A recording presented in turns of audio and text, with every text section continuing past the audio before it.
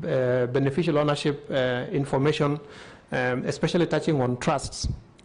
The bulk of the issues, or the main reason which took us to ICRG process or grey listing, is on the effectiveness, basically demonstrating how well the institutions, how well the laws that we have in place are delivering, how well they are meeting the expected outcomes.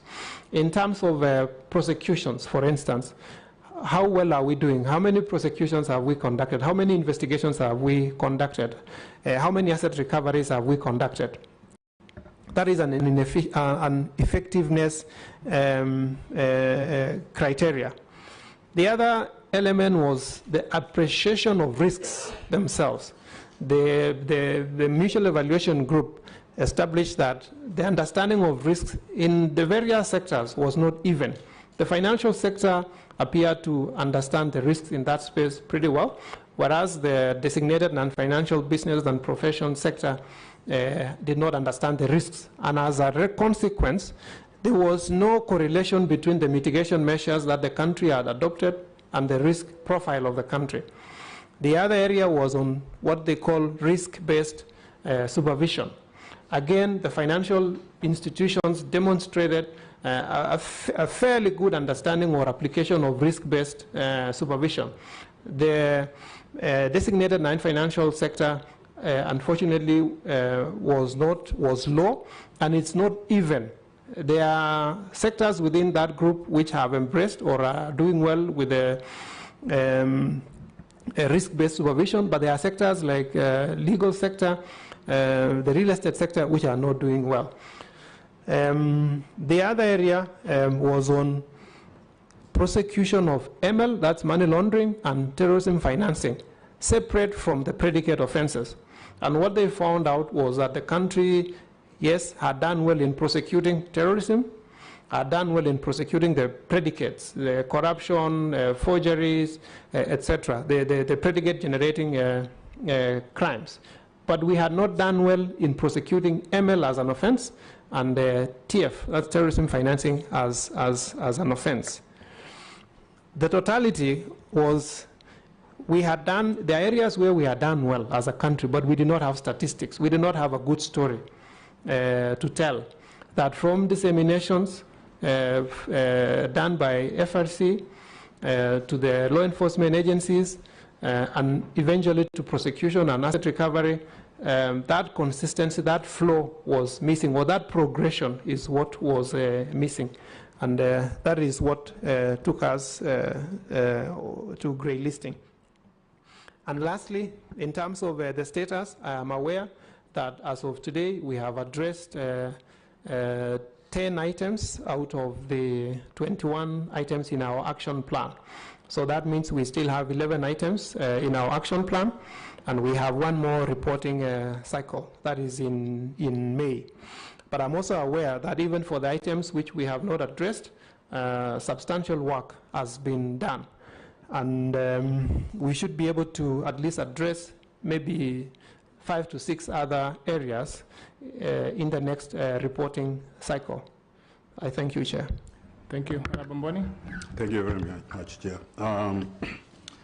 First of all, let me congratulate you for being appointed to these posts, if you approved by Parliament.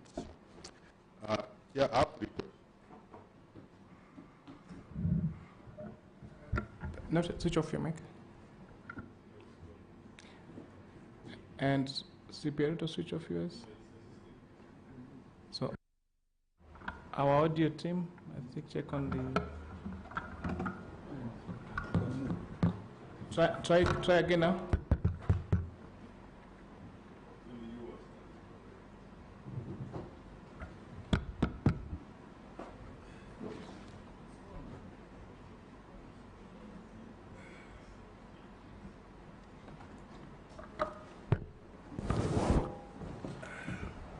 Yeah, I know. Thank you very much, Chair. I have 3 questions. The first question is that in February 2024, Kenya was put in the grey list due to strategic deficiencies in combating money laundering and terrorist financing. As the Director General, if you are approved by the House, you play a central role in coordinating national efforts to address financial action task force action plans items. What specific action are you going to undertake in your first 100 years to make sure that Kenya exits from the grey list? I think, Honorable Mboni, you mean 100 days, not 100 years. 100 days. Oh, it was 100 years. Sorry, Chair, 100 years, nobody will be around. I think you have got the question. 2, if confirmed in this position, how do you intend to ensure that our international obligations, such as compliance with the Financial Action Task Force standards, do not undermine our security and national security? The last one, Financial Action Task Force assessment evaluation not only the existence of laws, regulations, and institutional framework, but also the extent to which these measures produce measurable results under the Financial Action Task Force immediate outcomes, such as successful investigations, prosecution, conviction and assets recovery, and effective risk mitigation. How would you ensure Kenya demonstrates effectiveness beyond technical compliance? Thank you very much. How about you, nominee? Thank you, Honorable Chairperson. Let me start with the last question because it's related to the one I answered last. On effectiveness, demonstrating effectiveness. This is an area which requires, it's not easy. It's a difficult area to demonstrate effectiveness. It requires, statistics. You must have evidence. You must have statistics. This is an area where you cannot address reactively. It requires that you have been working on it, building statistics, documenting the results.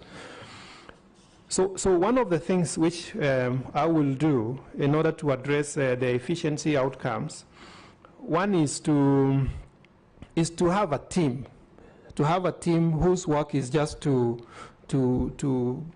work on or to follow up on statistics and ensure that the efforts that we are doing as a country are documented.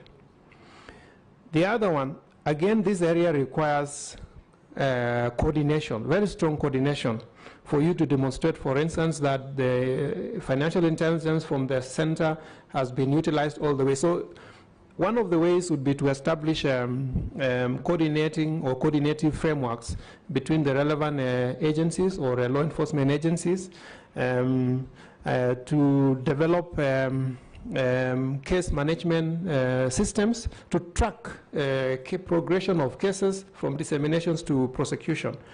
But most importantly, this requires constant review of our AML, CFT, CPF regime. This requires constant capacity building of the various sectors, and this requires constant outreach, and building strong partnerships with the reporting sector, that is the industry, building strong partnerships with the regulatory bodies. Because it's, as you've rightly indicated, or as mentioned, this is the second time we are being grey listed. We will be due for another review in 2031, and they will be looking on effectiveness. So our journey has to begin from now. We will not wait until 2031 to demonstrate effectiveness. In 2021, we will be demonstrating what we have achieved. In terms of the specific actions to, again, related to that, to exit from the grey list. If you look at the countries which have managed to exit from the grey list, we can borrow one or two things from what they have done. One is there has been very strong political commitment on the process. We have the political commitment, we just need to sustain it. Two is coordination. The countries which have exited the grey list have demonstrated very strong, very effective coordination of all the players involved in the removal efforts. So one of the ways, again, would be to, from the top, have a leadership or have a leadership forum, then from that leadership forum establish working groups dealing with specific issues. And then we just need to continue building capacity and resourcing the institutions which are charged or which are mandated to facilitate exit from this process. I will, within the 100 days, my goal will be to address at least 6 areas within the action list within the 100 days. I will seek to establish a technical committee between the FRC and the sectors which are not doing very well currently. Those are the designated non-financial businesses and professions. I will also seek to enhance the capacity of the center in the core areas to support these efforts, and essentially, specifically, the analysis function of the center and the compliance. And within 3 months, it's something which we can do in terms of recruitment or secondments and procuring the necessary tools to enable us effectively discharge on that mandate. I've mentioned the case management, which will be very key. And then having the close collaboration between the leadership of the various agencies who are involved in this. If we do that,